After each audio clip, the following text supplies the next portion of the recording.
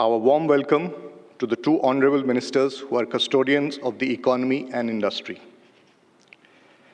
At the outset, I must congratulate Honorable Prime Minister for his exceptional leadership, which has transformed India over the last decade, repositioning India globally, drawing great admiration. Under your strategic vision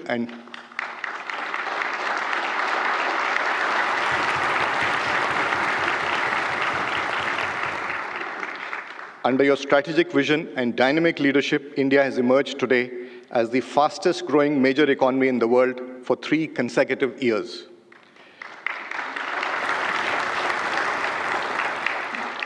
Sir, you have always appreciated the role of industry in India's progress and fostered trust and partnership between government, industry, and stakeholders.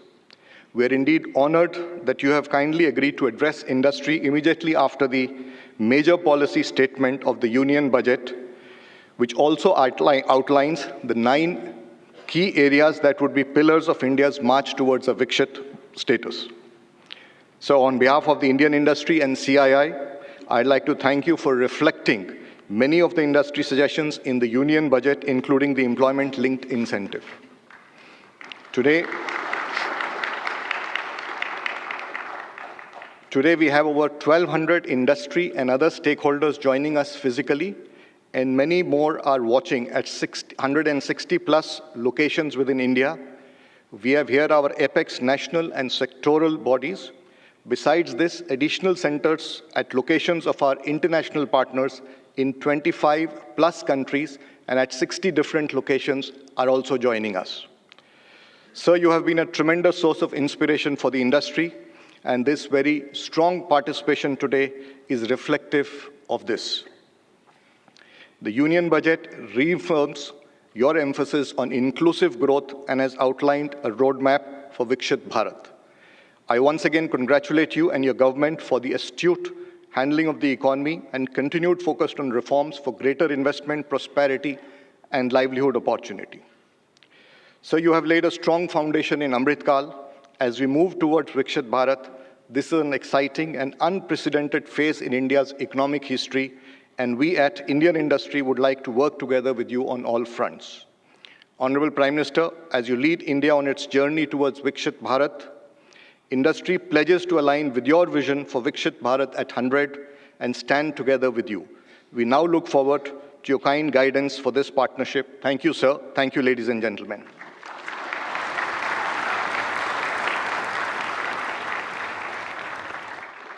May I now request the Honourable Prime Minister of India, Shri Narendra Modi ji, to please address the august gathering.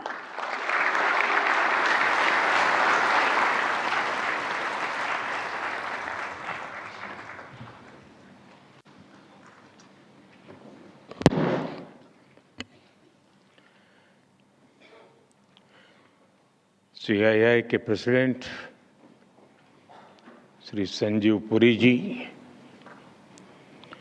यहाँ उपस्थित industry के सभी दिग्गज साथी, senior diplomats, VC के द्वारा देश के अलग अलग कोने से हमारे साथ जुड़े हुए उद्योग और व्यापार जगत के सभी साथी, अन्य सभी महानुभाव, देवी और सज्जनों,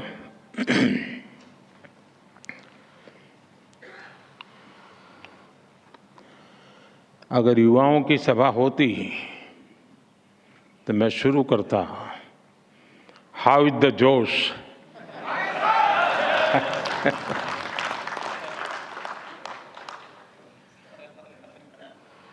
लेकिन लगता है ये भी सही जगह है।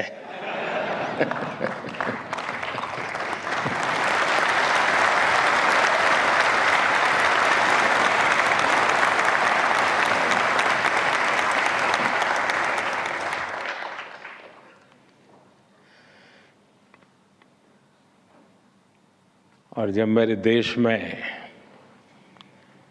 इस प्रकार से जीवन के हर क्षेत्र में स्थिरता प्राप्त किए व्यक्ति जोश से भरे हुए हो तो मेरा देश कभी पीछे नहीं हट सकता।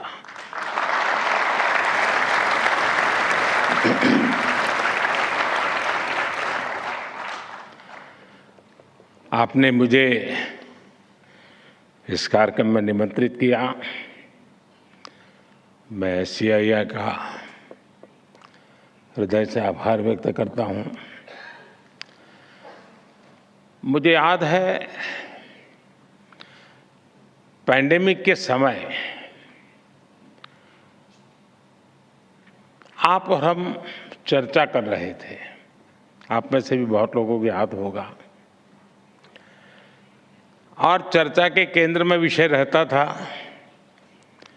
Getting growth back. उसी के इर्द गिर्द हमारी चर्चा रहती थी।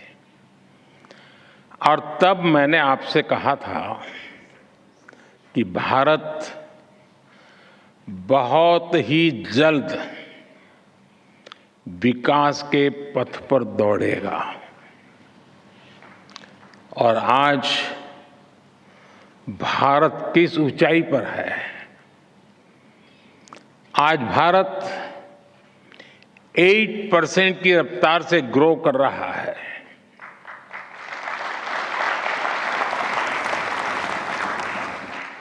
आज हम सभी डिस्कस कर रहे हैं जर्नी टवर्ड्स विकसित भारत। ये बदलाव सिर्फ सेंटिमेंट्स का नहीं है। ये बदलाव कॉन्फिडेंस का है। आज भारत दुनिया की 5वीं सबसे बड़ी आर्थिक ताकत है। और वो दिन दूर नहीं जब भारत दुनिया की 3री सबसे बड़ी इकोनॉमी पावर बन जाएगा।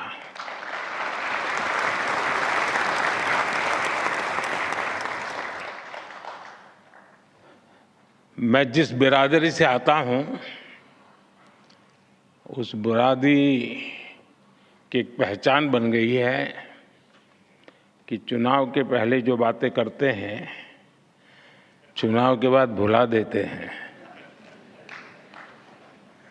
लेकिन मैं उस बिरादरी में अपवाद हूं।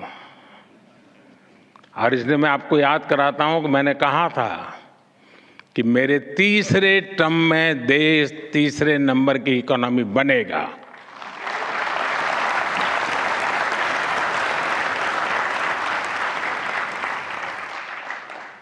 भारत बहुत सधे हुए कदमों से लगातार आगे बढ़ रहा है। साथियों, जब 2014 में आप सब ने हमें देश की सेवा करने का अवसर दिया, 14 में जब हमारी सरकार बनी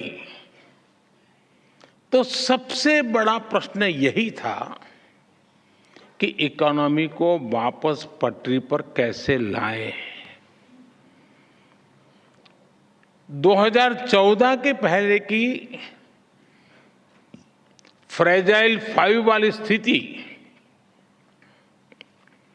और लाखों करोड़ के घोटालों के बारे में यहां हर किसी को पता है। हमारी इकोनॉमी की क्या स्थिति थी, इसकी बारीकियां सरकार ने व्हाइट पेपर जारी करके देश के सामने रखी है। मैं उसके विस्तार में नहीं जाऊंगा, लेकिन मैं आपसे अपेक्षा करता हूं कि आप जैसे लोग, आप जैसे संगठन उस पर जरूर अध्ययन करें, आपके यहां डिबेट करें कि हम कहां खड़े थे और कैसी बीमारियों के शिकार हो गए थे। भारत और भारत की इंडस्ट्री को उस महासंकट से निकालकर हम इस ऊंचाई पर लाए हैं। अभी कुछ दिन पहले ही बजट आया है और मैं देख रहा था, एक अच्छा डॉक्यूमेंट आपका बना है, मैं अभी देख रहा था, मैं जरूर अध्ययन करूंगा उसका।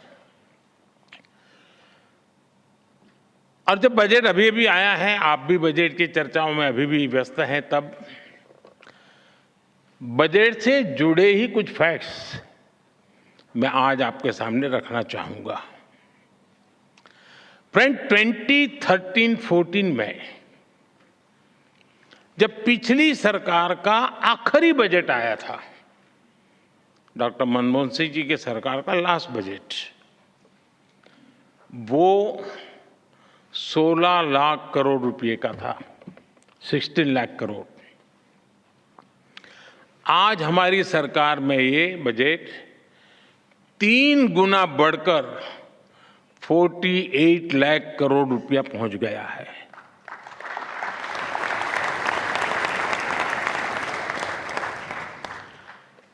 कैपिटल एक्सपेंडिचर, जिसे रिसोर्स इन्वेस्टमेंट का सबसे बड़ा प्रोडक्टिव माध्यम कहा जाता है, और उसका आंकड़ा बहुत ही इंटरेस्टिंग है। 2004 जब अटल जी की सरकार गई, 2004 में यूपीए सरकार की शुरुआत हुई और यूपीए सरकार के पहले बजट में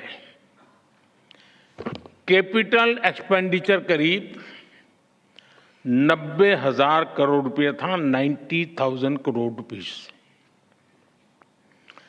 10 साल सरकार चलाने के बाद, यानी 2014 में यूपीए सरकार का 10वां वर्ष था, अपने कैपिटल एक्सपेंडिचर का बजट 2 लाख करोड़ रुपए, 2 लाख करोड़ रुपए तक पहुंचा पाई थी, यानी 90,000 से 2 लाख करोड़। और आज कैपेक्स 11 लाख करोड़ रुपए से भी ज्यादा है।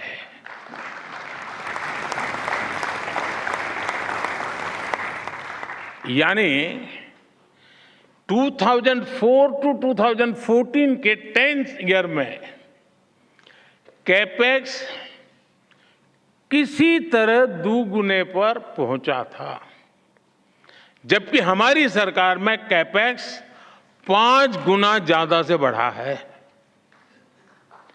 और आप अलग अलग सेक्टर्स को देखेंगे तो भी आपको सटीक अंदाजा मिलेगा कि आज भारत किस तरह हर सेक्टर की इकोनॉमी पर फोकस कर रहा है।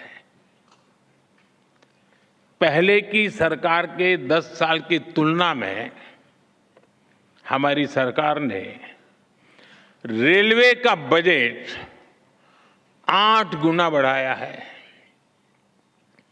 हाईवेज का बजट 8 गुना बढ़ाया है, एग्रीकल्चर का बजट 4 गुना से ज्यादा बढ़ाया है, और डिफेंस का बजट 2 गुने से अधिक बढ़ाया है।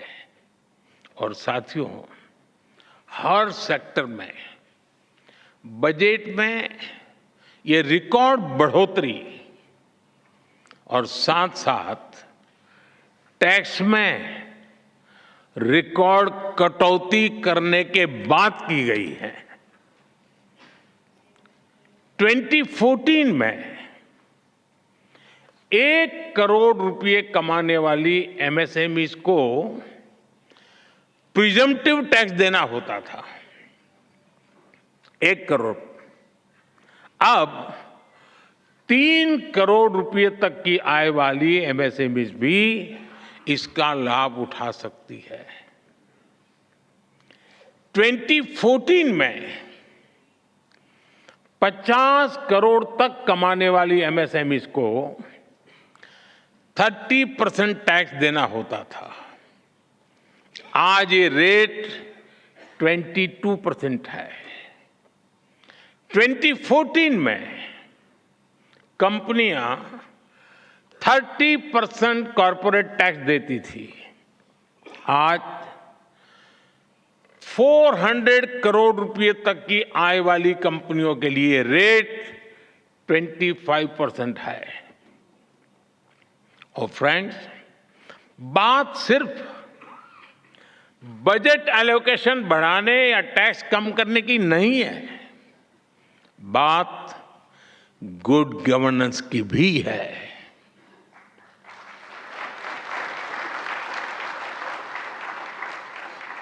मैं आपको एक उदाहरण देता हूं।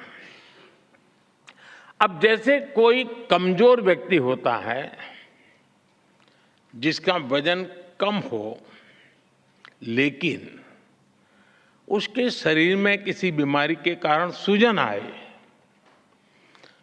और पहले की तुलना में जरा कपड़े छोटे होने लग जाए, लेकिन क्या उसको हम हेल्दी कहेंगे? क्या वो तंदुरुस्त है ऐसा मानेंगे क्या? वो देखने में भले ही बहुत स्वस्थ लगे, लेकिन हकीकत में तो वो कमजोर होता ही है। 2014 से पहले के बजट का भी ऐसा ही हाल था। तब बजट में बड़ी बड़ी घोषणाएं इसलिए की जाती थी कि दिखाया जा सके कि अर्थव्यवस्था की सेहत अच्छी है।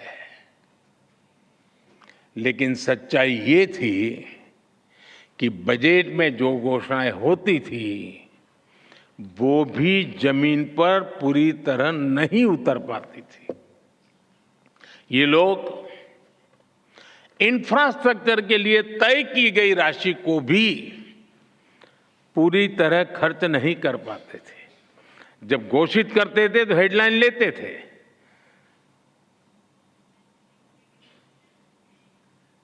शेयर मार्केट में भी शायद थोड़ी दिखाई देता होगा। योजनाओं को तय समय पर पूरा करने पर भी पहले की सरकारों का कोई जोर नहीं था। हमने 10 वर्षों में इस स्थिति को बदला है। हमारी सरकार जिस स्पीड और स्केल इसके साथ इंफ्रास्ट्रक्चर का निर्माण कर रही है, आप सब उसके गवाह हैं। यह अभूतपूर्व है। साथियों, आज हम जिस दुनिया में रह रहे हैं वहां बहुत सारी अनिश्चितताओं से भरी हुई है, और ऐसी दुनिया में भारत जैसी ग्रोथ और स्टेबिलिटी होना एक्सेप्शन है। ऐसी अनिश्चितता के समय में भी भारत के फॉरेन एक्सचेंज रिजर्व्स में अच्छी खासी वृद्धि हुई है। आज जब सारे देश लो ग्रोथ या हाई इन्फ्लेशन से जूझ रहे हैं, उन परिस्थितियों में भारत हाई ग्रोथ और लो इन्फ्लेशन वाला इकलौता देश है।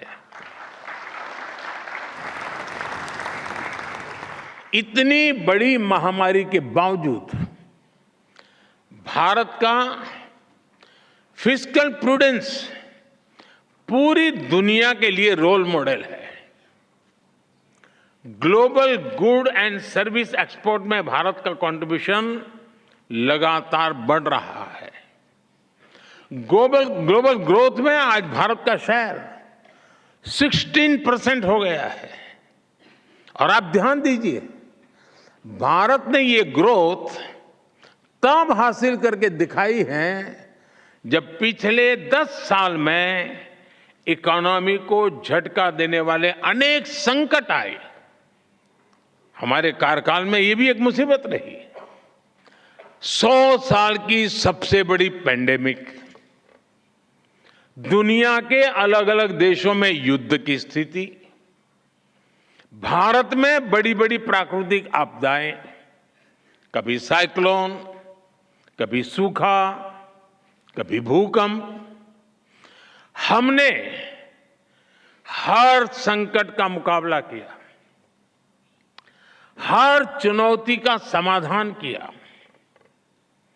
अगर ये संकट न आते तो भारत जहां आज पहुंचा है उससे भी कहीं अधिक ऊंचाई पर होता, और ये मेरा विश्वास, मेरे अनुभव के आधार पर मैं कह रहा हूं।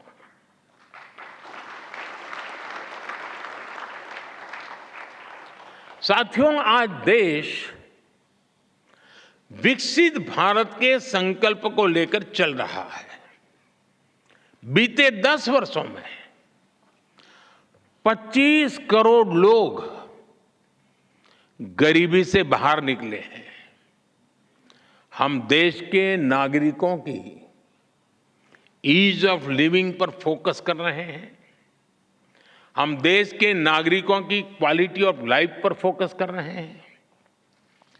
साथियों, इंडस्ट्री 4.0 को ध्यान में रखते हुए हमारा बहुत अधिक फोकस स्किल डेवलपमेंट और एम्प्लॉयमेंट पर हमने केंद्रित किया है। आज देश के युवाओं में एक मिजाज बना है कि अपने दम पर कुछ करके दिखाना है। इसमें मुद्रा योजना हो, स्टार्टअप इंडिया अभियान हो, स्टैंड अप इंडिया हो, युवाओं की बहुत मदद कर रही है। मुद्रा योजना से लगभग मदद लेकर के 8 करोड़ से ज्यादा साथियों ने पहली बार कोई बिजनेस शुरू किया है। देश में आज करीब 1,40,000 स्टार्टअप्स हैं और इनमें लाखों युवा काम कर रहे हैं, नए नए साहस कर रहे हैं। इस बजट में भी जिस 2 लाख करोड़ रुपए के पीएम पैकेज की घोषणा हुई है, चारों तरफ उसकी वाहवाही हो रही है, खूब प्रशंसा हो रही है। इसका सीधा लाभ 4 करोड़ से अधिक युवाओं को मिलने का। ये पीएम पैकेज होलिस्टिक और कॉम्प्रिहेंसिव है। ये टुकड़ों में नहीं है, ये इंटरलिंक है, एंड टू एंड एक सॉल्यूशन है। इसका विजन स्पष्ट है। भारत की मैन पावर ग्लोबली कॉम्पिटिटिव हो, भारत का प्रोडक्ट ग्लोबली कॉम्पिटिटिव हो, और सिर्फ क्वालिटी नहीं बल्कि वैल्यू की दृष्टि से भी वो कॉम्पिटिटिव हो। हमारे युवाओं की स्किल बढ़े, उनका एक्सपोजर बढ़े, उन्हें आसानी से रोजगार मिले। इसके लिए हम इंटर्नशिप स्कीम लेकर आए हैं। एम्प्लॉयमेंट जनरेशन करने वाले आप जैसे जो लोग हैं, उनको लार्ज स्केल पर इंसेंटिव मिले, इसका भी हमने ध्यान रखा है।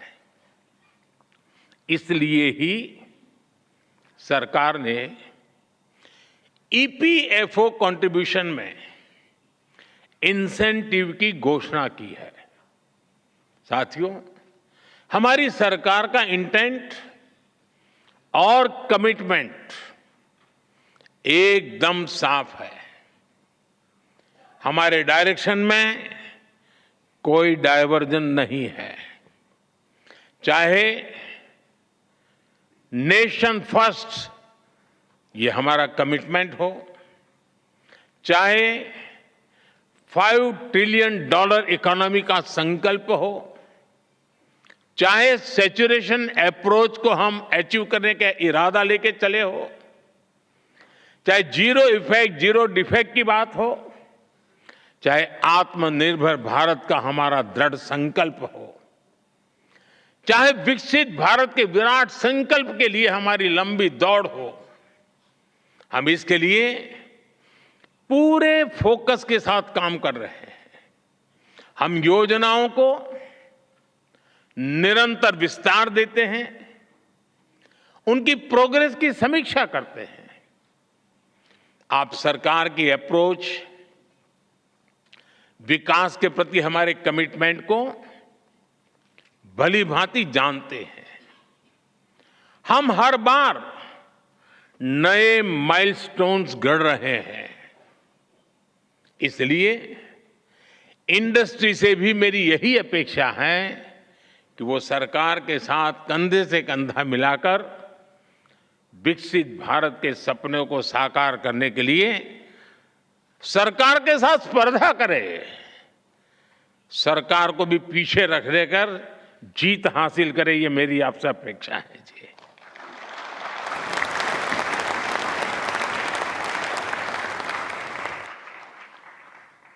पीएम पैकेज की घोषणाएं, ये हम दोनों, चाहे सरकार हो या इंडस्ट्री, ये हमारा साझा दायित्व के रूप में हमें तेज गति से आगे बढ़ाना है। मुझे आप पर पूरा भरोसा है। साथियों, इस बार के बजट का एक और पहलू है जो विकसित भारत की हमारी जर्नी को ताकत देगा। ये विषय है मैन्युफैक्चरिंग। आप सभी ने देखा है कि 10 साल में भारत का मैन्युफैक्चरिंग इकोसिस्टम कैसे ट्रांसफॉर्म हुआ है। हमने मेक इन इंडिया जैसा महत्वाकांक्षी अभियान शुरू किया। हमने अनेक सेक्टर्स में एफडीआई नियमों को सरल किया। हमने मल्टी मॉडल लॉजिस्टिक पार्क बनाए। 14 सेक्टर्स के लिए पीएलआई स्कीम्स लॉन्च की। ऐसे निर्णयों ने मैन्युफैक्चरिंग सेक्टर का आत्मविश्वास नई ऊंचाई पर पहुंचाया है। अब इस बजट में देश के 100 बड़े शहरों के पास investment ready plug and play industrial park बनाने की घोषणा हुई है।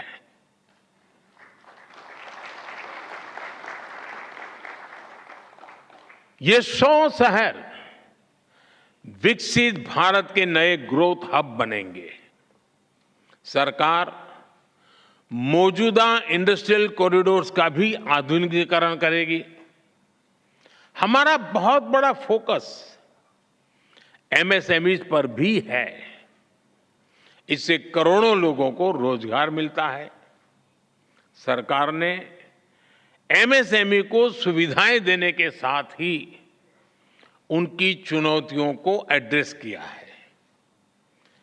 एमएसएमईज को जरूरी वर्किंग कैपिटल और क्रेडिट मिले, उनके कंप्लायंस बर्डन और टैक्सेस कम हो,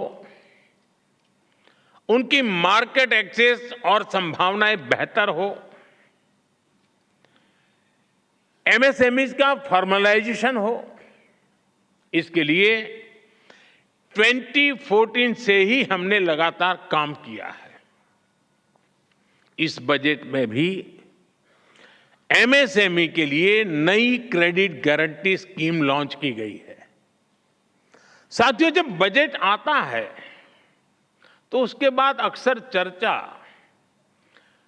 कुछ प्रमुख बातों के इर्द गिर्द ही सिमट जाती है और ज्यादातर तत्कालीन चर्चा मीडिया ड्रिवन होती है और वो भी एजेंडा के तहत ड्रिवन होती है।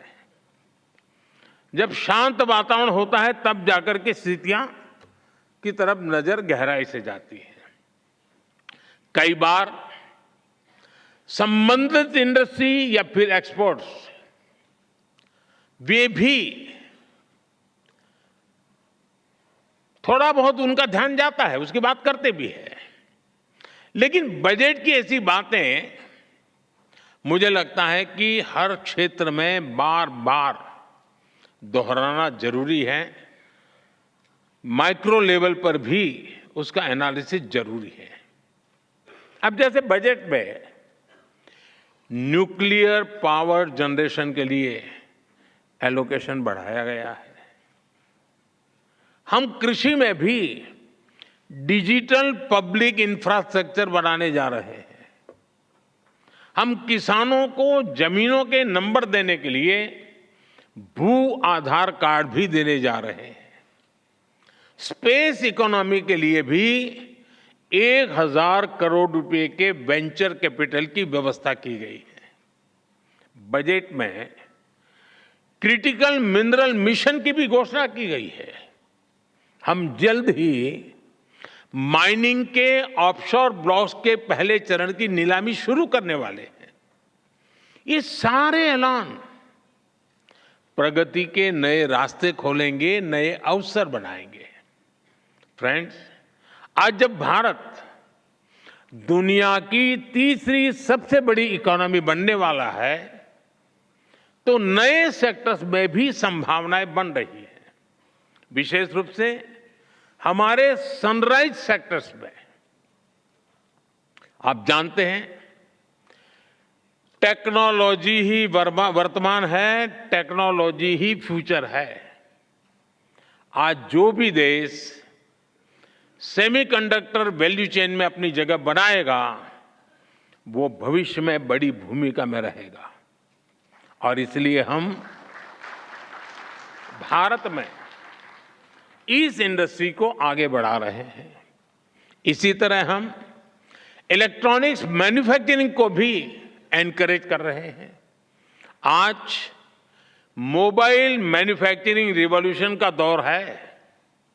एक जमाने में जो भारत मोबाइल फोन्स को इंपोर्टर था, वो आज दुनिया के टॉप मोबाइल मैन्युफैक्चरर और एक्सपोर्टर में स्थान ले चुका है। भारत में हमने ग्रीन जॉब सेक्टर के लिए एक बहुत बड़ा रोड मैप तैयार किया है। हम ग्रीन हाइड्रोजन, इलेक्ट्रिक व्हीकल्स, ऐसे अनेक सेक्टर्स को आगे बढ़ा रहे हैं। अब पीएम सूर्यघर योजना, ये इतनी बड़ी योजना है, इतने वेंडर्स की जरूरत है, और सरकार एक एक घर को 75,000 रुपया देने वाली है।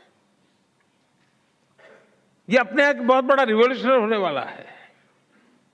इस बजट में क्लीन एनर्जी के लिए उठाए गए कदमों की खूब चर्चा हो रही है। आज के दौर में एनर्जी सिक्योरिटी और एनर्जी ट्रांजिशन दोनों ही इकोनॉमी और इकोलॉजी के लिए इतने ही महत्वपूर्ण है।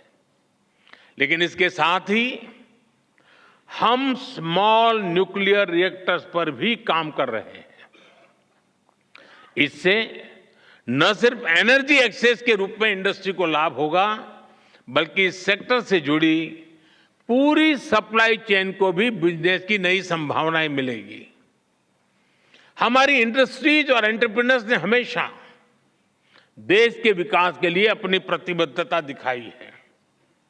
मुझे विश्वास है कि मैंने जिन भी सनराइज सेक्टर्स का जिक्र किया है, उन सभी में आप भारत को ग्लोबल प्लेयर बनाने वाले हैं।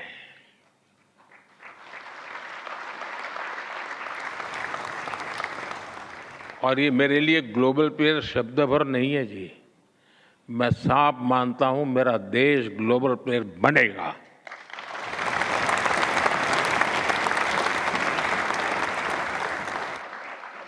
साथियों, हमारी सरकार के पास राजनीतिक इच्छा शक्ति की कोई कमी नहीं है, और इससे तो आप भी परिचित हैं। हमारे लिए देश और देशवासियों की आकांक्षाएं, उनके एस्पिरेशंस, ये हमारे लिए सर्वोपरि है। मैं इंडस्ट्री को, भारत के प्राइवेट सेक्टर को भी विकसित भारत बनाने का एक सशक्त माध्यम मानता हूं। मैं आप जैसे साथियों को, वेल्थ क्रिएटर्स को भारत की ग्रोथ स्टोरी का प्रमुख ड्राइविंग फोर्स मानता हूं। और मैं लाल किले से भी गर्व के साथ इसका जिक्र करने में संकोच नहीं करता हूं। साथियों, पूरी दुनिया की नजर आज भारत पर है, आप सब पर है।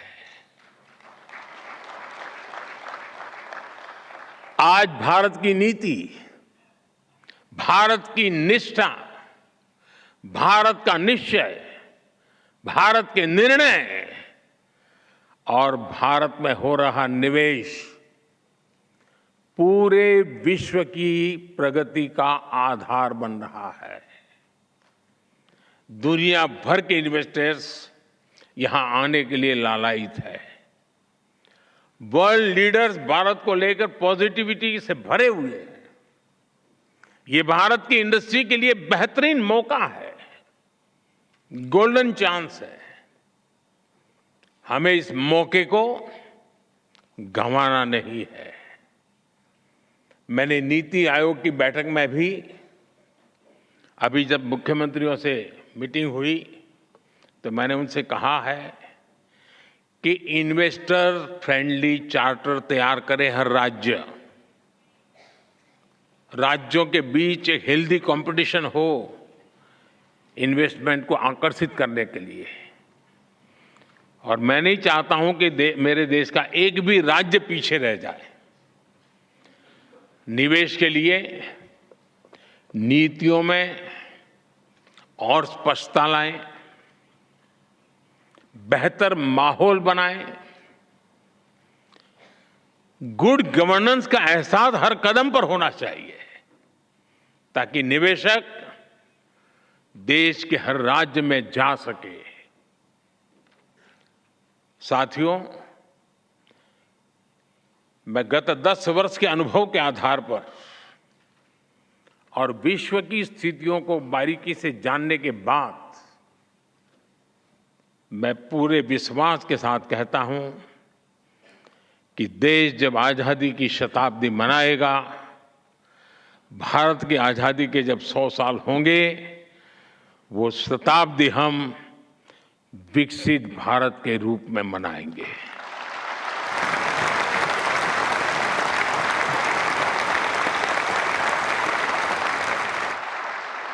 हम गरीब देश के रूप में आजाद हुए थे, हम लूट चुके थे। दुनिया में जो कोई भी लूटना चाहता था लूट रहा था, आखिरी मोमेंट तक लूटे गए थे। और फिर हमने हमारी यात्रा शुरू की थी। 100 साल के भीतर भीतर सारे अवरोधों को पार करते हुए, संकल्पों को चरितार्थ करते हुए शताब्दी विकसित भारत की मना करके ही रहेंगे। हम रहे न रहे, हमारी पीढ़ियां आने वाली विकसित भारत को गर्व से जिए, ये सपने लेकर चलना है।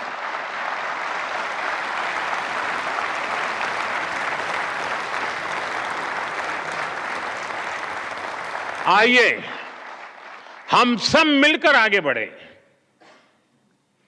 अपने भारत को विकसित बनाएं और इस संकल्प को सिद्धि पर ले जाने के लिए जीवन का अपने पास ईश्वर ने जो भी दिया है उसका उत्तम से उत्तम हम समाज को, देश को फिर से अर्पित करें।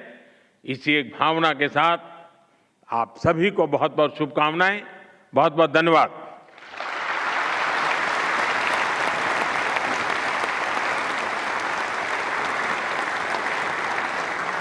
Thank you, Honourable Prime Minister, sir, for your leadership and your guidance. Ladies and gentlemen, kindly remain in your places until the Prime Minister and other dignitaries have left the hall.